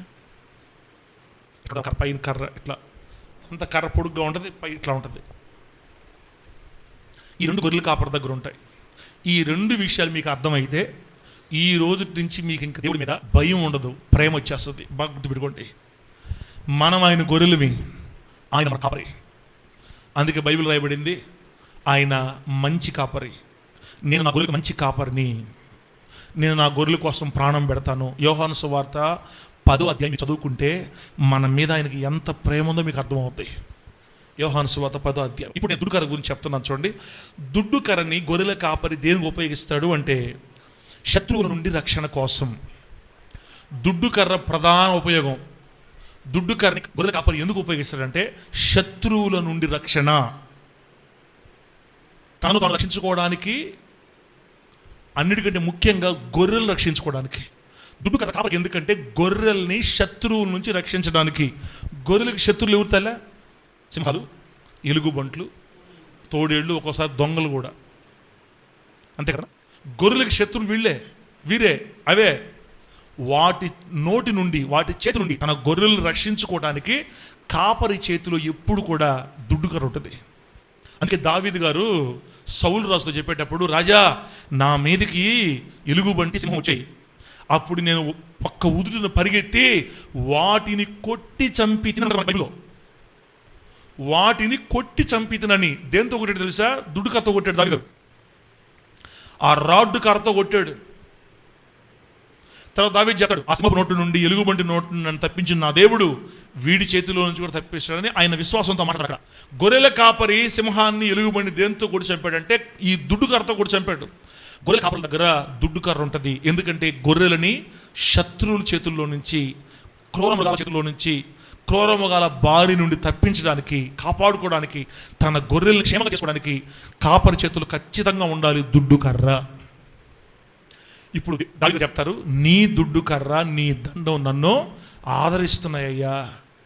దేవుని చేతుల్లో ఉన్న దుడ్డు కర్ర వల్ల మనకు ఆదరణ కలుగుతుంది. ఎలా అంటే నిన్ను నన్ను నాశనం చేయటానికి రకరకాల శత్రువులు మన మీద దాడి చేస్తున్నారు. నిన్ను నాశనం చేసేది ఏదైనా అది క్రూరముఖమే, గుర్తుపెట్టుకో. అప్పుల వల్ల మనకు మనశ్శాంతి లేదనుకోండి, మనశ్శాంతి లేనప్పుడు మనం ఆరోగ్యంగా ఉంటాం, ఆరోగ్యంగా తయారవుతామా? రోజు తగ్గిపోతామా? దిగులుంటే బైబిల్ ఏమో తెలుసా? దుఃఖంతో కూడిన మనస్సు ఎముకలు ఎండిపోయేటట్టు చేస్తుందంట. ఎండిపోయేటట్టు ఎముకలు, ఖిన్నమైన మనస్సు ఎముకలను ఎండిపోజేయనుంది. ఎముకలను ఎండిపోయేటట్టు చేస్తుందంటే అది ఒక శత్రువు మనకి. మనశ్శాంతి లేకపోవడం, నెమ్మది లేకపోవడం, అనుమానాలు, గొడవలు, బిడ్డలారా, తర్వాత అప్పుల బాధలు, రోగాల బాధలు, తర్వాత లోకంతో ఒక పక్క పాపం ఒక పక్క దాడి చేస్తుంటుంది మన మీద. మన లోకంలో లాక్కెళ్ళిపోతూ ఉంటుంది, దేవుని దూరంగా లాక్కెళ్ళిపోతూ ఉంటుంది. శరీరం ఒక పక్క శత్రువు, శరీరం, లోకం, సాతాను, మళ్ళా ఈ భౌతిక సంబంధమైన సమస్యలు, కష్టాలు, కన్నీళ్లు, ఇలా ఎన్నో రకాల శత్రువులు నిన్ను నాశనం చేయాలని చూస్తుంటాయి. అలా ఎప్పుడైతే మనల్ని నాశనం చేయాలని శత్రువులు మన మీదకి వచ్చి పడుతుంటారో అప్పుడు నువ్వు నమ్మాలి తమ్ముడా, నా దేవుని దుడ్డు కర్ర ఒకటే దెబ్బ కొట్టద్దు బట్టి నన్ను నమ్మాలా. దేవునికి స్తోత్రం కలుగును గాక. నాతో ఉన్న నా దేవుడు దుడ్డు కర్ర చేత పట్టుకున్నాడు. నన్ను నాశనం చేయాలని వచ్చే ఏ శత్రువునైనా ఒకటే దెబ్బ, 6 తిరిగి మరలా మన వైపు కూడా చూడకుండా కొడతాడు దాన్ని అని నమ్మేమనుకో, కొద్ది కాలం నడిచినా ఒకనాటికి అద్భుతంగా రక్షించబడతావు యేసు నామములో. హల్లెలూయా. భయంకరమైన రోగం మన జీవితం కనబడింది అనుకో, భయపడిపోకూడదు. దుడ్డుకర్రత ఉంది, నా దేవుని దుడ్డుకర్రత ఉంది, ఒక్క దెబ్బ కొడతాడు దీని ఆనవాళ్ళు కూడా కనబడకుండా చేస్తాడని నమ్మగలిగితే, నమ్మితే ఆ భయంకరమైన రోగాల బారి నుంచి కూడా దేవుడు మనల్ని లేవనెత్తి ఆరోగ్యాన్ని ప్రసాదించడానికి సిద్ధంగా ఉన్న దేవుడు. ఒకటే నమ్మాలి తల్ల, ఆయన గొర్రెల్లో ఒక్కటి కూడా నశించడం దేవునికి ఇష్టమో లేదు. నిన్ను నశింపజేయాలని వచ్చే ప్రతి శత్రువుని కొడతాడు ఆయన. దేంతోటి? దుడ్డుకర్ర. మన బిడ్డలు చదువుకున్నారు, చదువుకునే మన బిడ్డలకి ఉద్యోగం లేకుండా ఉన్నారనుకోండి ఇంట్లో, అది మనకు సంతోషమా బాధ? అది మనకు సంతోషమా బాధ. మన బిడ్డ రోడ్ల మీద తిరగతుంటే ఫైళ్ళు పట్టుకొని మనకే బాధ అయినప్పుడు ఇక ఏం మనశ్శాంతి ఉండగలుగుతాం చెప్పండి? అప్పుడు ఆ దిగులు వల్ల నువ్వు క్షీణించిపోతూ ఉంటావు. అలా నువ్వు క్షీణించిపోవటం ఇష్టం లేని మన దేవుని దుడ్డు కర్ర మీద నువ్వు నమ్మకం పెట్టుకుంటే ఒకటే ఏటు, నిరుద్యోగాన్ని కొడితే నీ బిడ్డకి ఏ వైపు నుంచి తెస్తాడో, ఏ పక్క నుంచి తెస్తాడో ఆయన ఒక ఉద్యోగాన్ని మన బిడ్డలకు ఏర్పాటు చేస్తాడు యేసు నామములో.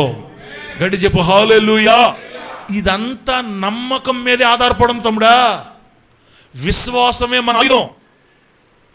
నా దేవుడు నాకు కాపరి, నా మంచి కాపరి, నా మీదకి వచ్చే శత్రువులు దుడ్డు కర్రతో కొడతాడు, నా మీదకి వచ్చే శత్రువుల్ని.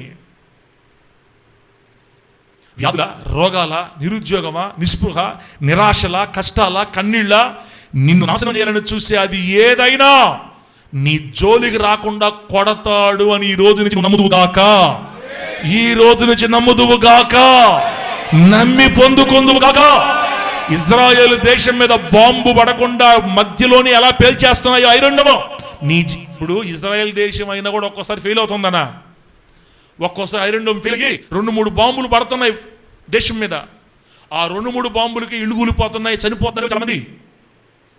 వాళ్ళు 400 బాంబులు పంపిస్తే 2-3 పడిపోతున్నారు దేశం మీద, మిగతా కాల్ చేస్తున్నారు. మన యేసయ్య ఐరొండోమ్ స్టార్ట్ అయింది అనుకో, సింగిల్ బాంబు కదా, కాదు కదా, మన హద్దుల్లో కూడా రాదు యేసు నామములో అంత. ఆమె చెప్పండి గట్టిగా. ఏ కర్త 6లే దేవదూతలనే పెడతాడు అవసరమైతే మన చుట్టూ మన చుట్టూ. యెహోవా యందు భయభక్తులు గలవారు మీకు నీతిశూరుడు ఉదయిస్తాడు, తన యందు భయభక్తులు గలవారికి కావలి కాయుటకై ఆయన తన దూత నంపి కాపాడుతాడు మనల్ని. యెహోవా దూత కావలి ఉండి వారు రక్షించును. చుట్టూ దూతలను పెట్టి దుడుకర్లేసాడు అంతే. నీ జోలికి, నీ ఇంటి జోలికి, నీ వ్యాపారం జోలికి, నీ చేతి పనుల జోలికి, నీ ఆర్థిక పరమైన జోలికి, నీ కుటుంబ జోలికి ఏది వచ్చినా 6లే. ఇంకా షాట్లు వస్తున్నారు మనం అంతే, సౌండ్ వస్తుంటుంది, మనుషులు కనపడరు, బొక్ అంటంతే వెళ్ళిపోయి ఉంటుంది అడ్రస్ లేకుండా. ఏం సార్ నువ్వా సినిమా చెప్పినట్టు చెప్తున్నావు మాక అంతే. నమ్మితే చూస్తావు దేవుని శక్తిని. హల్లెలూయా, హల్లెలూయా. నమ్మితే చూస్తావు దేవుని శక్తి, నమ్మకపోతే ఆయన కూడా ఏమి చేయడు. మనం నమ్మించడానికి ఈరోజు వాక్యం చెప్పించాడు ఆయన దుడ్డుకర్ర, ఆయన దండం మనల్ని ఆదరిస్తాయి. బిడ్డ, దేవుని దుడ్డుకర్ర నీకు తోడుగా ఉంది. ఏ శత్రువుని నేను చేయలేడు, ఏ రోగం నేను చేయలేదు, ఏ బాధని నేను చేయలేదు, ఏ పాపం నేను చేయలేదు. నిన్ను పాపం లాక్కెళ్ళిపోయి నిన్ను నాశనం చేద్దామని పాపం వచ్చినప్పుడు పాపాన్ని కూడా తంతాడు ఆయన. ఆ పాపాన్ని కూడా తంతాడు. ఊహకి ఏమనుకోబాకండి. కొంతమందికి చేస్తారు అలవాటు ఉంటుంది, మానలేరు. బాప్తిసం తీసుకున్న 3 నెలలు 4 నెలలు 1 సంవత్సరం 2 సంవత్సరం గట్టిగా ఉండేరు, తర్వాత జారిపోయారు, పడిపోయారండి, మళ్ళీ తాగుతున్నారు. వాళ్ళ అట్లా బయటకు రావటం. అప్పుడు ఒక దూతకి ఇచ్చి పంపిస్తాడు కర్ర, నువ్వు ఎట్ట కొడతావు కొట్టు. రెండోసారి ఆ మనిషి దగ్గర సీసా కనబడకూడదు అంటాడు. మనం సైలెంట్గా పోతా ఉంటాం. నా దేవుడు ఏ నాటికైనా లేపుతాడు నన్ను, నా దేవుడు ఈ దుర్మగను లేపుతాడు, నన్ను స్థిరపరుస్తాడు, నన్ను వదలడు, నా దేవుడు నన్ను వదలడు అని విశ్వాసంతో పోతున్నాం అనుకో, ఎప్పుడు కొడతాడు, ఇప్పుడు ఎగరద్ది, 6 అవతల పడద్ది. ఇంక నీ జీవితంలో దాన్ని చూస్తే వాంతి చేస్తుంది. తెలియకుండానే అత్యద్భుతమైన రక్షణ, విడుదల నీ కళ్ళతో చూస్తావు యేసు నామములో. పాపాన్ని కూడా కొడతాడు ఆయన. మనం ఆయన బిడ్డలే, మనం ఆయన రక్తం, మనం ఆయన సంతానం, మనం ఆయన పిల్లలమి, ఆయన ఏర్పరచుకున్న బిడ్డలమి. దుడ్డుకర్ర మన కోసం పనిచేస్తుంది. శత్రు బారిన పడకుండా నిన్ను కాపాడడానికి దేవుడు ఆయన దుడ్డుకర్ర పెట్టుకున్నాడు. బిడ్డ లాస్ట్ మాట, దుడ్డు కర్రేమో నీ జోలికి ఏ శత్రువు రాకుండా, ఏ రోగం రాకుండా, ఏ కష్టం రాకుండా, ఏ బాధ రాకుండా, నిన్ను నాశనం చేయకుండా, నీ కీడు చేయకుండా, ఎంత మంచి మాట, ఏ తెగులు నీ గుడారాన్ని, చెప్పండి ఏమన్నా బైబిల్లో, ఏ తెగులు నీ గుడారాన్ని సమీపించదు, ఏ అపాయం నీ గుడారాన్ని సమీపించదు. నీ ప్రక్కని 1000 మంది పడినా, నీ కుడి ప్రక్క 10,000 మంది కూలినా అపాయం నీ యొద్దకి రాదు అని చెప్పాడు యేసయ్య. అంతే, రాదు, అపాయం నీ దగ్గరకు రాదు. నమ్మితే అనుభవిస్తావు. ఇంత చెప్పినా కూడా నీకు నమ్మకం ఎందుకు కలగట్లేదు? అసలు మీరు పాపం గురించి మర్చిపోండి బిడ్డ, ఇంకా మర్చిపోండి దాని సంగతి. మనకు అంత ప్రేమ. మీకు ఏదన్నా భయం వస్తే నువ్వు నీ బిడ్డల గురించి ఆలోచన చేసుకో. నీ బిడ్డ గురించి నువ్వు ఎంత తపన పడుతున్నావో అంతకంటే కొన్ని 1000 రెట్లు యేసయ్య మన కోసం తపన పడుతుంటాడు. మనం ఆయన కావాలి. మనల్ని ఆయన దూరం చేసుకోడు బిడ్డ. దుడ్డు కర్ర మనల్ని ఆ విధంగా కాపాడుతుంటే ఆయన దండం ఉంది కదా, ఆయన దండం మనల్ని ఏం చేస్తుంది తెలుసా బిడ్డరా? ఆయన దండం చేతికర్ర, వంగికర్ర ఏం చేస్తుందంటే తప్పుదారి పట్టే గొర్రెల్ని దండంతో తిరిగి సరైన మార్గానికి తీసుకువస్తాడు కాపరి. మార్గదర్శకత్వం చేస్తాడు కదా, మార్గదర్శకత్వం, గైడెన్స్. దండం అంటే స్టాఫ్. కాపరి చేతిలో ఉన్న దండం, ఆ కర్ర గొర్రెలు తప్పిపోయినప్పుడు, మార్గం తప్పిపోయినప్పుడు వాటిని మరలా తిరిగి సరైన మార్గంలో తీసుకోవడానికి ఆ కర్రను ఉపయోగిస్తాడు కాపరి. రెండోది, ఆ దండము గొర్రెలకి సహాయం చేస్తుంది. ఆ కర్ర గొర్రె ఎక్కడైనా చిక్కుకుంటే, ముళ్ళల్లోనో కంపల్లోనో ఎక్కడైనా చిక్కుకుంటే ఆ కర్రతో, ఆ వంకితో గొర్రెని బయటికి లాగి గొర్రెని రక్షించుకుంటాడు కాపరి. అమ్మా, దుడ్డు కర్రేమో బయటి వారి నుంచి మనల్ని కాపాడుతుంది, దండమేమో మనల్ని సరిచేస్తుంది. దేవునికి స్తోత్రం కలుగును గాక. చెప్పండి గట్టిగా హల్లెలూయా. దుడ్డు కర్ర ఇతరుల నుండి మనల్ని రక్షిస్తుంది, దండం మనల్ని సరిచేస్తుంది, మనకి హెల్ప్ చేస్తుంది. బయట నుంచి నీ మీదకి ఏమి రాకూడదు, నీలో కూడా ఏ పొరపాట్లు ఉండకూడదు. ఇక కోరిక దండం. నేను చెప్పాను మీకు, గొర్రెలు పోయి ఎక్కడ ఇరుక్కున్నప్పుడు కాపరి అవకాశం మెడ తగిలిచ్చి లాగతారు పైకి. నేను అందుకే మీకు చెప్తున్నా, ఒకవేళ మనం పడిపోయినా, జారిపోయినా, తప్పిపోయినా తిరిగి మళ్ళీ ఆయన ప్రేమతో ఆయన దారిలోకి మనల్ని తెచ్చుకుంటాడు. అంతేగాని మనల్ని వదలడు, మనం నశింపజేయడు, శాపం పంపిడు. నీ పాపం నిన్ను పట్టుకుంటుంది, ఏడస్తావు. ఈ మాటలు మనం వినకూడదు. ఇంకా నువ్వు ఏడికి వచ్చి మేలేంది, నువ్వు నాశనం అయిపోతానికి వచ్చి మేలేంది, నేను చెడిపోవడం వల్ల నా దేవునికి ఏమైనా మేలు వస్తుందా? ఇంకా చెడిపోయిన వాడిని బాగు చేస్తే మేలు ఆయనకి, ఇంకా పడిపోయిన వాడిని లేపితే మేలు. తల్లా, పాస్టర్లకు తెలియకే పాపం ఈ వాక్యం చెప్పుకుంటూ ఉన్నారు. నా దేవుడు దయ వల్ల 15 సంవత్సరాలు ఏడుపుకి కళ్ళు తెరిచాడు, నాకు దేవుడు స్తోత్రం కలుగును గాక. పాపం వాళ్ళకి తెలియదులే, చెప్తుంటారు అట్లా, ఇదిగో నీ పాపం వచ్చి పడిపోయింది, నరకానికి పోతావు అని చెప్తుంటారు. పాపం వాళ్ళకి తెలియకే వాళ్ళు. మనం చెప్తాం ఇప్పుడు, మనం నరకానికి పోవడం వల్ల దేవుడికి వచ్చిన మేలేంది? 150 కోట్ల మందిలో మనకు రక్షణ దొరికింది. రక్షించుకున్నాడు నిన్ను. పడిపోయినా, జారిపోయినా, తప్పిపోయినా, తొలగిపోయినా వంకి కర్రేసి లాక్కుంటాడు దగ్గరికి. నువ్వు నడవలేకపోతే నడిపిస్తాడు నిన్ను ముందు, నడవలేకపోతే అమాంతం ఎత్తి ఎక్కడ వేసుకుంటాడు? ఊరిని భుజాల మీద వేసుకుంటాడు, ఆయన నడిపిస్తాడు నిన్ను. నువ్వు నడవలేకపోతే ఆయన ఎక్కించుకొని మోస్తాడు. ఎంత ప్రేమ తల్లి దేవుడు మనం అంటే. బిడ, దండం నీకు సహాయం చేస్తుంది, దుడ్డు కర్ర ఇతరులను కొట్టద్ది. బయట నుంచి ప్రమాదాలు రాకుండా దుడ్డు కర్ర కాపాడితే, లోపల ఉన్న నీకు సహాయం చేసి నిన్ను నడిపించేది దండం. నువ్వు పడిపోయినప్పుడు నిన్ను లాగి నీకు మళ్ళీ మంచి మాకు నిలబెట్టే దండం, నిన్ను సరి చేసుకుంటుంది ఆ దండం, నీకు హెల్ప్ చేస్తుంది ఆ దండం. నేను చెప్పాను కదా, పాపంలో పడినోడు వాడికై వాడు బయటికి రాలేడు, దుడ్డు కర్రేసి మనం లాగితే తప్ప. అర్థమై తల్లిలో చెప్పండి. ఆకొక్కలు నవిలే మనిషిని మీరు మానిచ్చండి, సగం తల తీసేస్తా నేను. ఆకొక్కలు నవిలే మనిషి తనకు తానుగా వదలమని చెప్పండి. సొట్ట ఆకు నవిలే మనిషిని మీరు నవిలే ఎన్ని ఆ నవిలే ముసిల్ దాన్ని మీరు మానిపించండి చాలు. నాకు ముసిల్ తెలుసు. ఇప్పుడు కూడా మనం కూడా ఏమనుకో, ఒక నోరు ఎర్రగా ఉందని ఇది ఒక్కటే నాలో ఉండేది అనుకుంటుంది నేను పోయినప్పుడల్లా. ఏమనుకోవాక మనవడా, ఇది ఒక్కటే నాలో ఉండేదాన్ని నా ముందే ఇస్తుంటదిట. మో రేపో మాపో సమాధి పెట్టి నేనే దేవాలి. ఇందుకు నువ్వు దీన్ని ఇంకా నా వల్ల ఇంకా చించుతా ఉండవేంది. నాకు అప్పుడు అర్థమైంది, ముసిల్ది కూడా బయటికి రాలేదంతే. ఏమేసి లాగితే కానీ ఏమేసి లాగాల, కాపర్ ఏమేసి లాగాల, దండమేసి వంకి కర్ర మెడకేసి ఆ ముసలు గొరిని బయటికి లాగకపోతే సుట్టా వదలలేదు, వంకాయ వదలలేదు. ఇక మీ ఇష్టం. ఇంకా అందుకే ఏం చేయాలంటే, నన్ను లేపు ప్రభువా, ఆ దండం నా మెడక తగిలిచ్చిన లాగు నాయనని ప్రార్థన చేయాలా. నా వల్ల కాదు నాయనా, నా వల్ల అయ్యే పని అయితే నువ్వు భూమి మీద రావడం ఎందుకు, నేనే పాపంలో వచ్చే పని అయితే నువ్వు సిలువ ఎక్కడం ఎందుకు, రక్తం కాచడం ఎందుకు?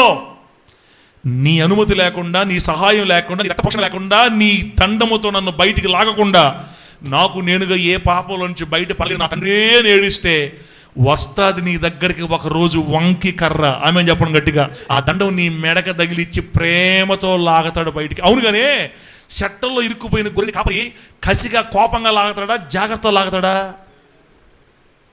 చెప్పండి. కన్నవాడైతే, సొంతోడైతే ఆ గొర్రెకి ఎక్కడ ముళ్ళు గుచ్చుకుంటుందో మళ్ళీ నేనే జాగ్రత్త, మళ్ళీ నేనే దానికి మందులు ఇవ్వాలి. అయ్యో ఎడ్చేద్దామని ముందు ఆ మండలికి నరికి, దానికి అడ్డుగా ఉండే మండలి నరికేసి చాలా జాగ్రత్తగా నిదానంగా లాక్కుంటాడు. ఒక గొర్రెల కాపరే తన గొర్రె కోసం అంత ప్రేమ చూపిస్తే, ఓ పిచ్చోడా, పిచ్చిదానా, ఇప్పుడైనా నమ్మని చెప్పే మాటలు అనుభవించి, దేవుడి దగ్గర అనుభవించి చెప్తున్నాను మీకు, మన విషయంలో చాలా జాగ్రత్త వహిస్తాడు. అంత ప్రేమ గల తండ్రి, అంత జాగ్రత్త, స్మూత్గా డీల్ చేస్తాడు. నిన్ను నాశనం చేయడు, నీ నరకానికి పంపిడు, నిన్ను కొట్టడు, నీ పొళ్ళు బయటికి తీయడు, నీకు అన్ని జాగ్రత్తలు తీసుకొని నిన్ను క్షేమంగా కాపాడుకుంటాడు. దేవునికి స్తోత్రం కలుగును గాక. నీ మీదకి వచ్చే బాంబులు గాల్లుని పేలిపోతాయి యేసు నామములో. నువ్వు పడిపోతే క్షేమంగా బయటికి లాగుతాడు యేసు నామములో. గడి చెప్పు హల్లెలూయా, కొట్టు చప్పట్లు వేసి గట్టి కొట్టు. గొప్ప కాపరి, మంచి కాపరి, ప్రాణం పెట్టిన ప్రధాన కాపరి యేసు కాపరి. దేవుని నామానికి మహిమ కలుగును గాక. ఈ వాక్యం మనకు ఆశీర్వాదకరమైన మంచి వర్ధల చేయును గాక. భలే పెట్టాడు ప్రకాష్. కళ్ళు మూసుకుని ప్రార్థన చేస్తున్నాడు.